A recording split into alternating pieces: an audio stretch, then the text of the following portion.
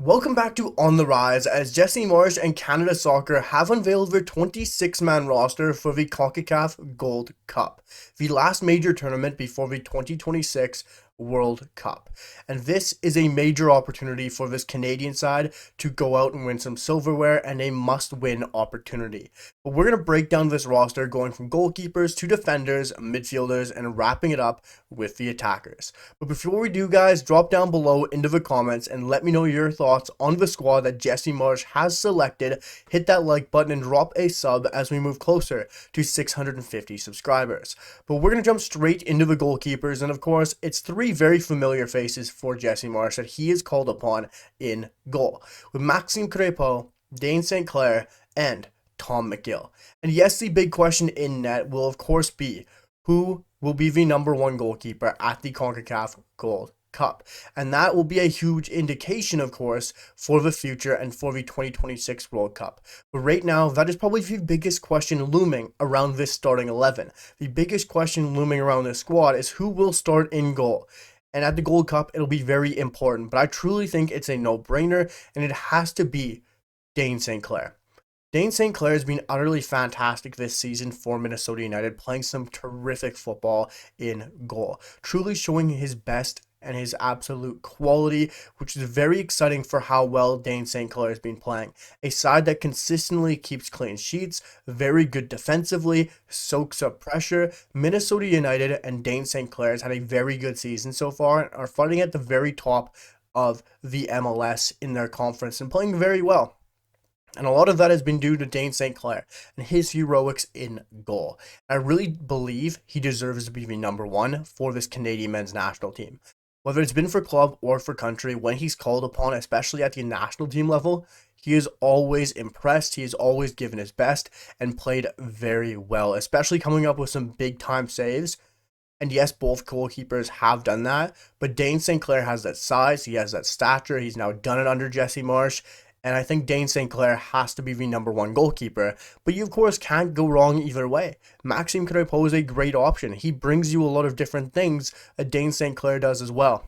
And of course, the leadership both goalkeepers bring, the hype that they have in goal, the aura they bring, it's very exciting around the locker room for these two, because it is a true 1A, 1B battling out to see who earns that number one role.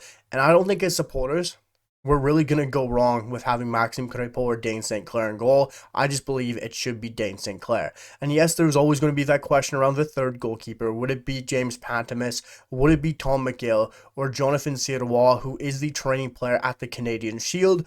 But Jesse Marsh went with Tom McGill. He went with a very familiar face, a young goalkeeper who's still only 25. And yes, in world of football, 25 isn't extremely young, but for a goalkeeper, 25 is very young. So it's great to see three familiar faces in goal, and especially three that Jesse Marsh knows very well, especially a very exciting battle in net. We're going to move on to the defenders, and in particularly the center backs, as we see Kamal Miller returned to the Canadian men's national team, Derek Cornelius, Joel Waterman, Luke DeFougeroles, and Jamie Knight-LaBelle.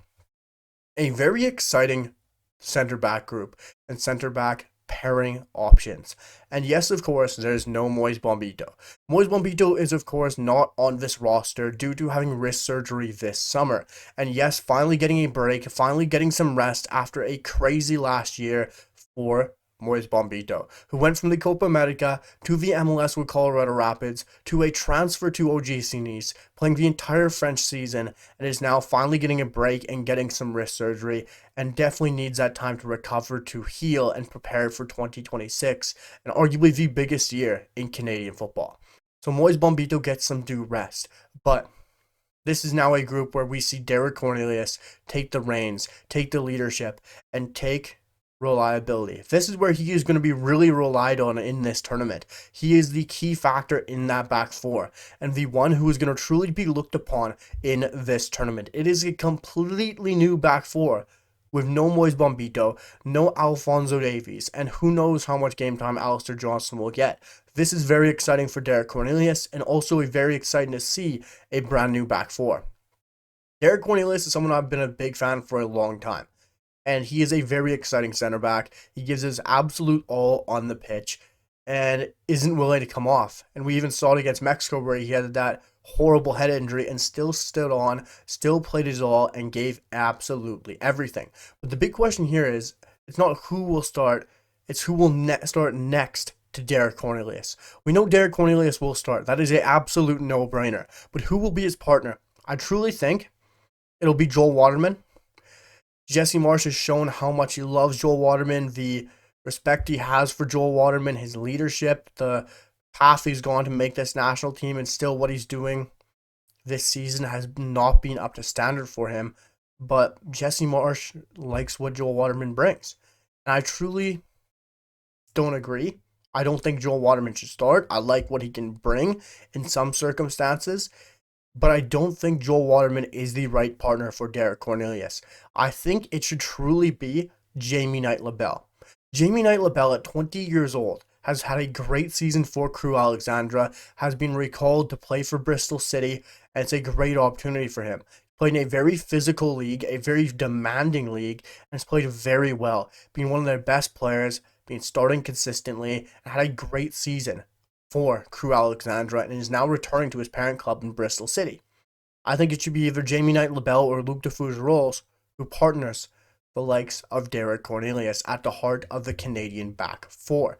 And looking at the fullbacks, moving on to the rest of the defenders with Sam Adekubi, Alistair Johnston, and Richie Larea. Of course, no Alphonso Davies, who's returning in November, who is aiming for a return date in November, which gives us those three fullbacks. Sam Adekubi now playing for Vancouver Whitecaps, playing decently well.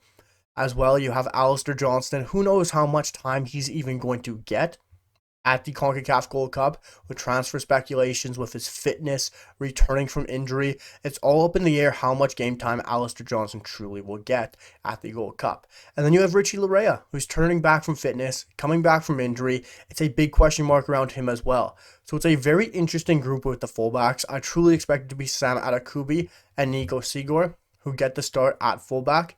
But that'll be very interesting to see what Jesse Marsch decides to do in that new back four, because it's going to be completely transitional. It's going to be brand new, something Jesse Marsch has never tried before in a full game. So it'll be very fun to see who Jesse Marsch starts alongside Derek Cornelius. But moving on to the midfield, as it's a very good group in the midfield of Nico Sigor, Stefan Eustáquio, Ismail Kone, Nathan Saliba, Jonathan Osorio, Mathieu Chouanier, and wingers of Ali Ahmed, Jacob Schaffelberg, Jaden Nelson, Tajon Buchanan. This is a very good group, a very exciting group, and arguably the best Canadian midfield and the best Canadian roster possible without Alphonso Davies and Moise Bombito. This is the best squad Jesse Marsch could have called up. And when you look at the heart of that midfield, who will he go with? Well, Stefan Eustáquio has the FIFA Club World Cup to go to first when this tournament's currently going on. And FC Porto have a very difficult group. They have a very difficult time in the FIFA Club World Cup. I truly don't expect them to go too far. And with Jesse Marsch calling in Stefan Eustáquio, he must expect it as well. He must see Stefan Eustáquio with a halfway to come play for Canada at the Gold Cup, which is very exciting. Nico Sigor, I expect him to start at right back. Depends how much time Alistair Johnston's going to get. Depends how much time Richie Larea is going to get on both of their fitness. But I expect Nico Sigor to get to start at right back. So looking at the midfield, I really believe it'll be a pairing of Ismail Kone and Nathan Saliba. Nathan Saliba is getting interest right now from Anderlecht. I will make a more in-depth video on that and detail how that move would work for him. But Nathan Saliba and Ismail Kone would be a very exciting midfield. Very dynamic, very quick, very forward-thinking midfield. Of course, French, both played with CF Montreal. It's a very exciting opportunity for both these two players. And yes, you could also look to Mathieu Chouanier. You can look to Jonathan Osorio. But I really believe it should be the likes of Ismail Kone and Nathan Saliba. That's very attacking. Yes, it is. Very on the front foot. But with the teams we're going to be playing early on, I really believe we should go with that. We should play our best midfielders, we should play our best team, and go out there and give it our all. But also looking at it, I really expect it to be a Mathieu Chouanier and an Ismail Kone midfield at the heart of that midfield. It makes sense, it's more balanced, it's more level, but also you can balance out a Kone, you can balance out a Saliba midfield. Like Saliba roam a bit more, drop Kone back a bit, Play Kone more as an 8, box to box. Let Saliba do his thing. Let him free roam a little bit in that midfield and see how it works. Trial both in each game. See how it goes. Schwanier alongside Kone, Saliba alongside Kone. See how it works. See which is the best pairing. I want it to be Saliba and Kone. I expect it to be Schwanier and Kone. Let me know your guys' thoughts in the comments. But moving on to the wingers. Like I said, Ali Ahmed, Jacob Schaffelberg, Jaden Nelson, and Tajon Buchanan. Our best wingers. We have 4. They're all in fitness. They're all playing football. Tajon Buchanan and Ali Ahmed more than likely will play on that right side, with Jacob Schaffelberg and Jaden Nelson having the left side to themselves. It's a very exciting group for the wingers, and this is perfect. At the Nations League, we had wingers who were out of form, not consistent. We had players coming back from injury. We had players who weren't playing their best, and now we have players who are absolutely flying. They're on confidence. We have players who are up to full fitness, and those are the positions that are key to Jesse Marsch's formation. Whether you're going to call them those 2 outside 10s or your wingers, they're very key, whether it's in pressing, whether it's in build-up, whether it's in creating chances or offering an outlet. Those wingers are very important. So the fact they're fully fit is very exciting for this Canadian national team. Who do I expect to start? I really think it'll be a Jaden Nelson and Tajon Buchanan duo. Tajon on the right, Jaden Nelson on the left. Yes, you could go with Ali Ahmed on the right as well. He has exciting form right now, playing for Vancouver Whitecaps. And Jesse Marsch has even talked him up quite a bit in the lead up to the Canadian Shield and CONCACAF Gold Cup, which is very exciting.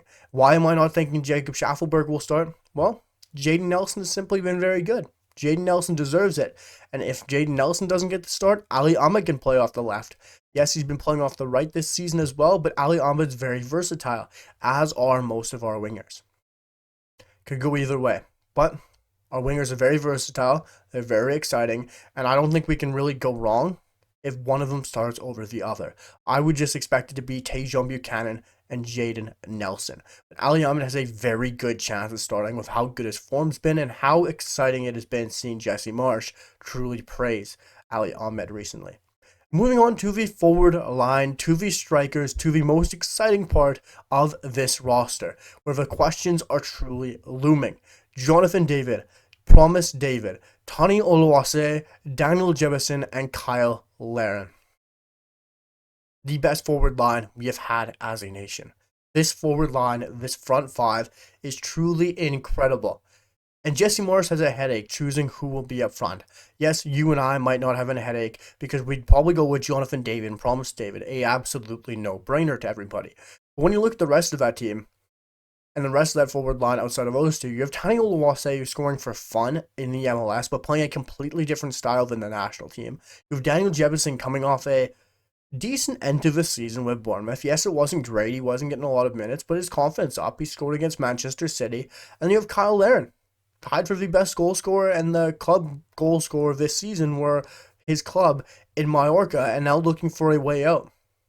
It's a very big headache for Jesse Marsch, as it might look like a no-brainer to some, with Promise David looking absolutely sensational, especially to finish the season, and scoring 2 goals to win the league for Union Saint-Gilloise for their first league title in 90 years.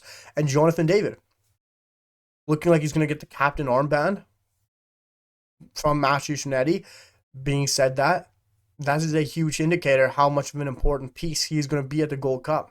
Jonathan David, more than likely going to be there for a large portion or the whole Gold Cup, depending on those transfer speculations. And if he's going to get the armband, it's a very clear indicator he's going to be there for the whole tournament. So does he go with Promise David? Does he go with Tani Oluwase? Does he go with Kyle Larin? Daniel Jebison? It is a huge question. I'm going to make a separate video before the Gold Cup kicks off, talk about who I think is the best partner next to Jonathan David, stylistically, and of course off form. And I really believe it should be Promise David right now.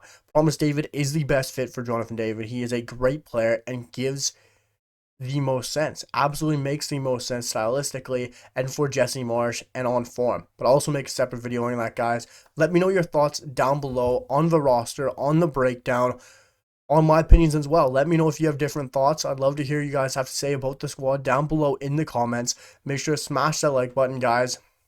It really helps with the video as well as the channel. And hit that sub button. Your guys' support has been absolutely incredible and I truly appreciate it. But There's also going to be so much content coming up, guys. A match preview versus Ukraine. So much content coming up for the Canadian Shield. Some more longevity videos, as well as content surrounding the Gold Cup. Let me know your thoughts down below. I'll make sure to see you guys for the next one. Peace.